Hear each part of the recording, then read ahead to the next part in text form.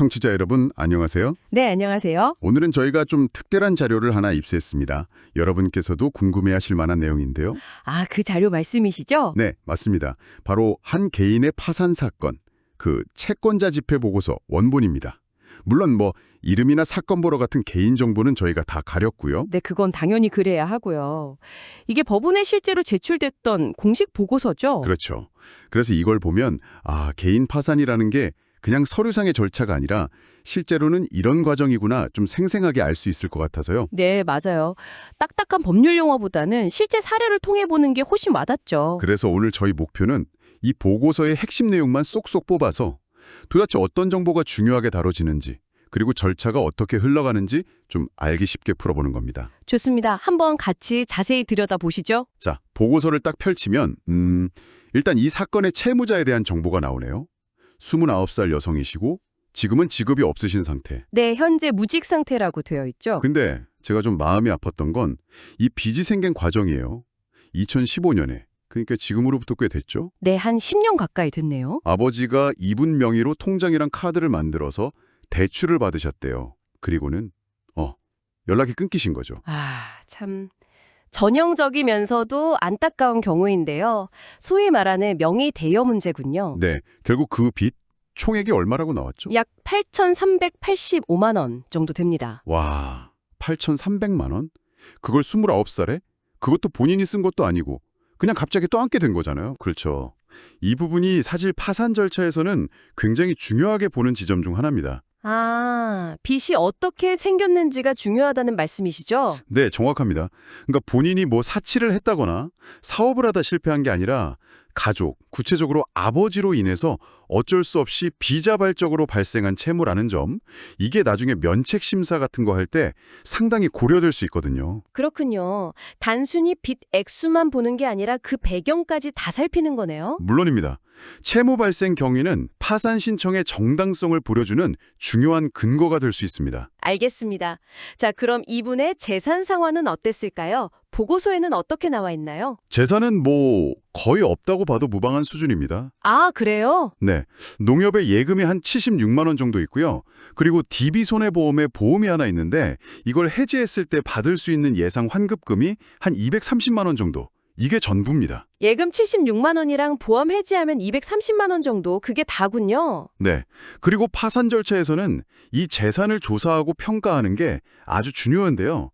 그 역할을 법원이 선임한 파산 관제인이라는 분이 맡게 됩니다.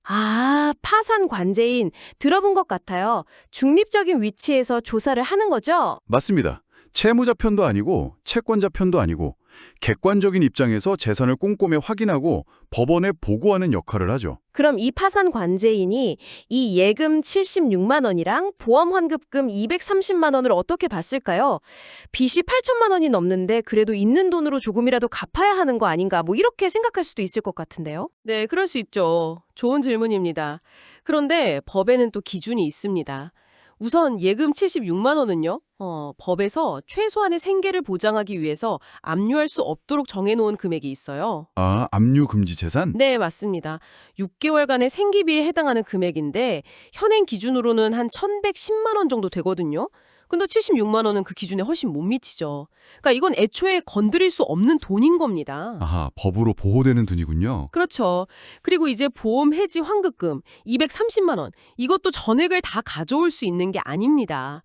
법적으로 압류가 가능한 부분만 따져봐야 하는데요.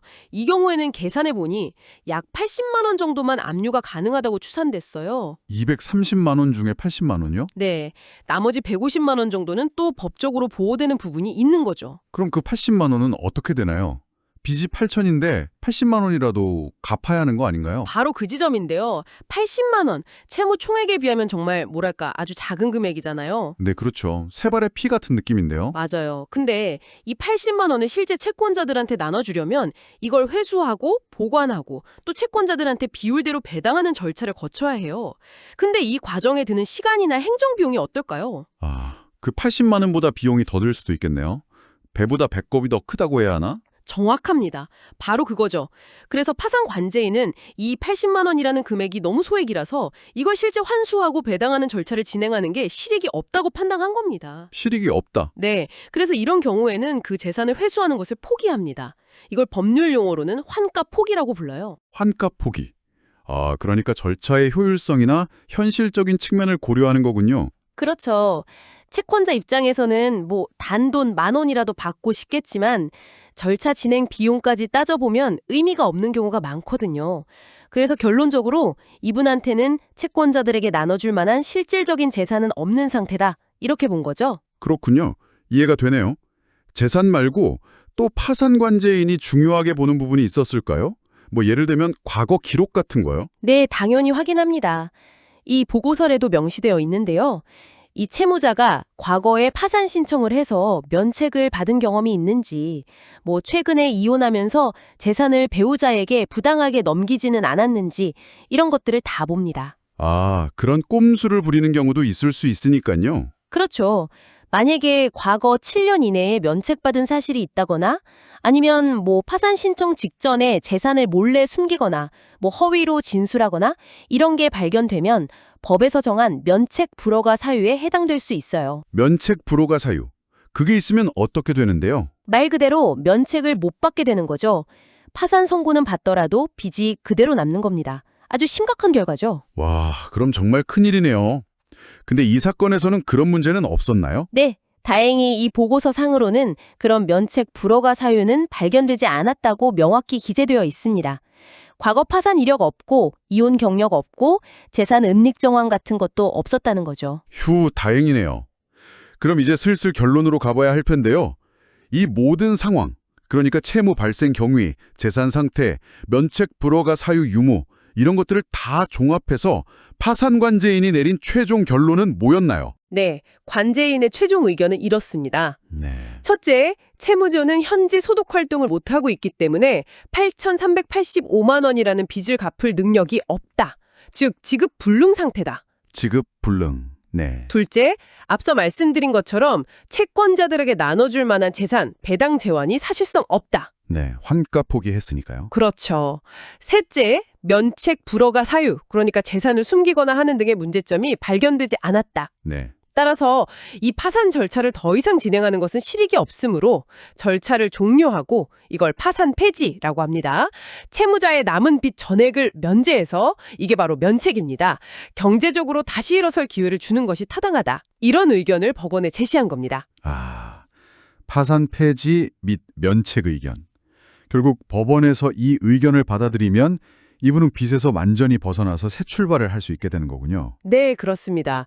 물론 최종 결정은 판사님이 하시지만 파산관제인의 이런 의견은 매우 중요하게 참고되죠. 정말 이 보고서 한 장에 한 사람의 힘겨운 상황과 또 법적인 구제 과정이 다 담겨 있네요. 단순히 재산이 얼마 있나만 보는 게 아니라 왜 빚을 지게 됐는지, 갚을 능력은 정말 없는지, 혹시 부정한 행위는 없었는지 정말 여러 각도에서 세밀하게 들여다본다는 걸 알 수 있었습니다. 맞습니다. 특히 이 사례처럼 본인의 어떤 잘못이라기보다는 외부적인 요인, 뭐 가족 문제라든지 이런 걸로 인해서 어쩔 수 없이 과도한 빚을 지게 된 경우에는 법원에서도 면책 결정을 내릴 가능성이 상대적으로 좀 더 높아질 수 있다는 점을 보여주는 사례라고 할 수 있겠죠. 물론 모든 경우가 다 똑같지는 않겠지만요. 네, 당연합니다. 모든 사건은 그 구체적인 사실관계에 따라서 개별적으로 또 엄격하게 판단됩니다. 일반화할 수는 없어요. 네, 오늘 이 보고서를 통해서 개인 파산 절차가 실제 어떻게 진행되는지 그 단면을 좀 엿볼 수 있었던 것 같습니다. 청취자 여러분께도 좀 도움이 되셨기를 바랍니다. 네, 딱딱한 법률 이야기지만 이렇게 구체적인 사례를 통해 보니까 조금은 더 쉽게 이해가 되셨을 것 같아요. 그러게요. 자, 이제 마무리할 시간인데요. 마지막으로 청취자 여러분께 이런 질문을 한번 던져보고 싶네요. 만약에요, 우리 주변에 뭐 친구나 가족, 지인 중에 오늘 살펴본 사례와 비슷한 어려움을 겪고 있는 사람이 있다면 우리는 과연 어떤 도움이나 정보를 줄 수 있을까요? 아, 좋은 질문이네요. 어쩌면 우리는 이런 법적인 구제 절차나 이용 가능한 사례적 안전망에 대해서 생각보다 잘 모르고 있는 건 아닐까? 그런 생각도 들고요. 오늘 저희 이야기를 들으시면서 잠시 질문에 대해 굽씹어보는 시간을 가져보시는 건 어떨까 싶습니다. 네, 정말 의미 있는 질문인 것 같습니다. 관심을 가지고 알아보는 것만으로도 큰 힘이 될 수 있겠죠. 네, 오늘 저희가 준비한 이야기는 여기까지입니다. 함께해 주신 청취자 여러분 고맙습니다. 네, 감사합니다.